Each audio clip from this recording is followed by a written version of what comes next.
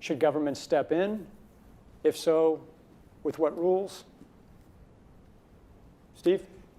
Yeah, let me start by saying it is fantastic how much has been learned about this disease in just the short period of time since its discovery.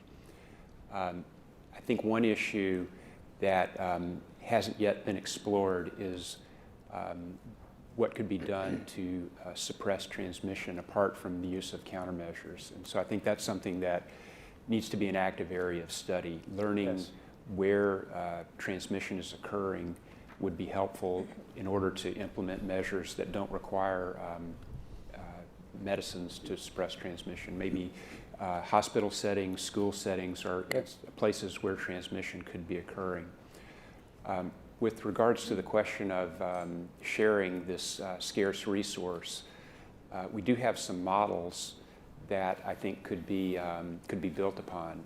The PIP framework, the things that were done during H1N1 to share vaccine. I think each of those models should be explored as ways of some sort of distribution process. One of the specific things that was done during H1N1 was to examine the critical individuals in countries as a sort of a minimum level of countermeasure that would be needed, and to so do you mean critical infrastructure? Exactly. Critical infrastructure in countries going? Security, police, fire. What number of treatment courses? If we had enough to share, what would that minimum number be, just as a starting point for negotiation? Great, Adrian. And then I think before we agree that we have a finite resource, we need to really challenge ourselves on the vaccine production. We've seen historically that we can actually produce an Ebola vaccine in a year. It requires flexibility on the regulatory side. It requires commitment from companies. But I do think that before we say that a vaccine is not available, we should not slow down on that. We should pursue that. And I think similarly, we need to explore how could we accelerate production of our antivirals. We've seen it happen before in the HIV crisis. It's possible, but decisions need to be made, and we need to bring the right people together to do that. Okay. And for the moment, before we are able to accelerate production of the antiviral, do you have any initial reaction, since you are potentially one of the companies that could be part of this deliberation? What we've seen work very well in the HIV field is, in fact, procurement through the Global Fund.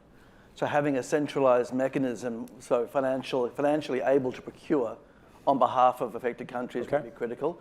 I think the second thing is it's going to be very important that for the business sector, for manufacturers of antivirals, that we have clarity around what the need is and where the need is and who are making the decisions.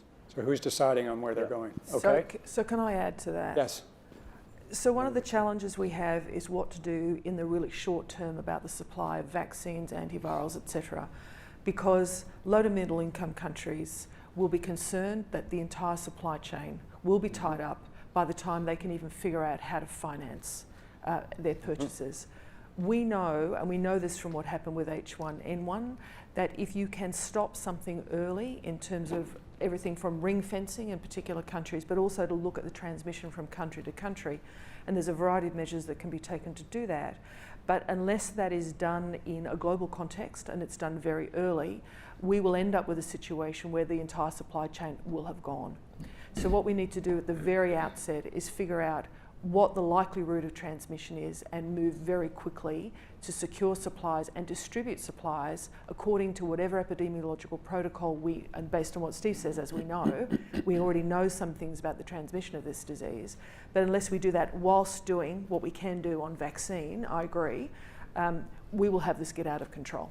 Okay, Tim. I agree with you. Yeah, we'll go down the line. It's important, and it's fantastic to have this information in front of us, because if you look across the countries, you've got very different patterns already. Chile seems to have a 3% case fatality rate, Ecuador a 5%. So what's going on there, and are there lessons in terms of how they're managing the outbreak, which might inform ways in which you're going to decrease the need for scarce resources? Are they more effective in their supportive treatment, or what is it that's explaining what look to be significantly different patterns in the outbreak of the epidemic? The second point is that these are all middle-income countries or high-income countries, and as Jane mentioned, low-income countries are either their surveillance systems aren't sensitive enough to detect cases that are already there, or are worried that, in fact, they will be at the bottom of the food chain. And in this respect, the World Bank would probably be proactively moving into exercising what we call a CERC, which is a contingency emergency response component to existing loans to low and middle income countries, in which they can repurpose those loans for these types of emergencies. So I think on the financing side, the CERCs, which are built into every loan made by the bank, could be exercised in such a way that you don't have the problem of the lack of resources being the primary constraint for the purchase of those scarce commodities. Okay, Latoya? I agree, because financially, that's one of the things we'll have to look at. We have to have the financial means to start production, mass production, and getting companies on board. It's about buy-in and having an understanding of where we're moving forward with this disease process, how quickly and rapidly it's proliferating, and also utilizing the materials that we do know, like the protective equipment that we already have. We know it's airborne, so ensuring that companies that are manufacturing these products have the financial ability to be able to do such. So that way, even if we are in the process of continuing to develop this drug, there is some type of protection that's going on to the lower companies. Great. So I'm going to keep going down the line, but just in terms of the initial reactions, do we think, as Adrian suggested, that there should be some kind of international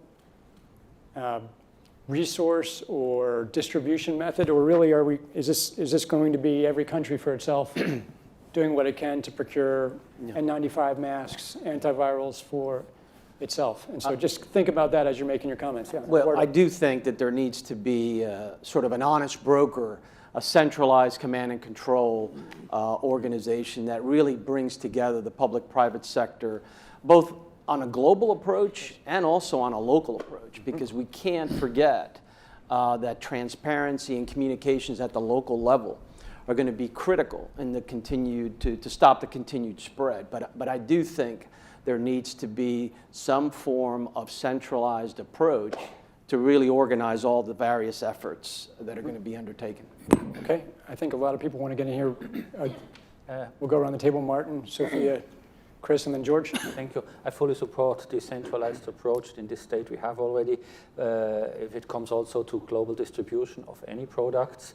And I would like to go back to Stephen's first statement. We had parallel to this, we should really focus on how the spread could be controlled better or easily. If I talk about logistics for globally distributed topics, we need to protect the staff that is responsible for this. If they don't protect it, they won't do this. And then the entire chain breaks apart within no days. So we really have to do both parallel to find out possible ways to protect the people that are in chain for this, and it should be centralized, organized, otherwise it will not work. So you're saying that the people who are delivering these medicines and moving them around the world, they should be protected by these medicines Yes. with N95 masks? I mean, there's basic protection anyway in a phase like this, but we should enlarge this with the newest information we have about the spreading. Only with this we can guarantee that any distribution is possible at all. Okay, Sophia? Thank you. Yes, I agree. And I wanted to speak to the point about having the honest broker. And I think in this regard, the United Nations fits the bill. I think that given that the countries most affected are those that are low and middle income countries with unequal access to technology, to finances, the UN has a worldwide footprint, universally recognized, and universal membership. And I think taking the example of the Ebola crisis last round, when a trust fund was established, and calling on member states who are capable of contributing to that trust fund in order to help those that are least capable, the low and middle income countries. Thank you. Chris? Thanks, Tom. I want to agree with a couple of the comments. One is about the need to prioritize for the frontline health workers, the basic people to keep the system working. I think it's important to recognize that we have the data that you're showing because of some remarkable international collaboration about sharing information in real time about the patterns of disease. And that's come out of the international health regulations, and that's a good first step. If we're now going to try to prioritize the allocation of scarce commodities, having this kind of dashboard to know where those masks and drugs are and to get at some of the psychology that's behind some of the hoarding. People may be making bad decisions because they think it's more scarce than it actually is. So if we could have the equivalent of this dashboard to understand where the supplies are to map to the needs, a global stockpile would certainly help ensure more rational and strategic allocation, but the reality is that we don't have the logistics capability, even within the UN, to bring that together in one place and run it. So this is where I think a collaboration between the international organizations like the World Health Organization and the private sector, which runs these supply chains for many purposes every day, understand where the supplies are, make smart decisions about how to allocate them to the people who need them in the places that need them the most, and then work with the industry to move those supplies from where they are today to where they need to be. On your point of transparency and data about where supplies are, where medicines are, where N95 masks are, we couldn't agree more. We've been unable to find that data, so I think it's an important need that you just surfaced. George? Yes, I would support for the proposal, centralized, coordinated effort, not just nationally, also internationally. At such a situation, that's very, very, very important. And when you read all this about the epi data, R0 is 2. It's relatively, you can see the number is there. Especially when you are talking about some country like China or any countries who have the largest population of the swine, pig production. So if the virus yet still, transmitted from pig still in the cycle, so that could be very serious. So we have to prioritize. So maybe the farmers or whoever have access to it. So that's very, very important to have the expert to assess the possibility. You see the R0, but you also see it's swine origin. I will still have some new virus from swine pigs, or the virus already circulating in the human beings. That's also, we should put that into account for the strategy for the allocation of the extra venor. And also I got the information from my staff, looks like, of course, we have capacity to produce the extra nerve, but even, think about the population we have. We can't expand our capacity, but, what we have, even not enough for our own population. Tom? That's the question we should think. Yes. I think it's important in 2019 to remember that in 2016, the World Economic Forum, together with the World Food Program, presented a global supply chain management approach for this exact scenario. And what might be helpful, given that everybody suffers from short-term memory deficit, is to have an emergency briefing on those resources that are global public goods that are there to facilitate supply chain management and where those can be deployed, but also CEPI, which was established 3 years ago to accelerate vaccines exactly in development in these settings where a coronavirus is, in fact, one of its indications and first areas of focus.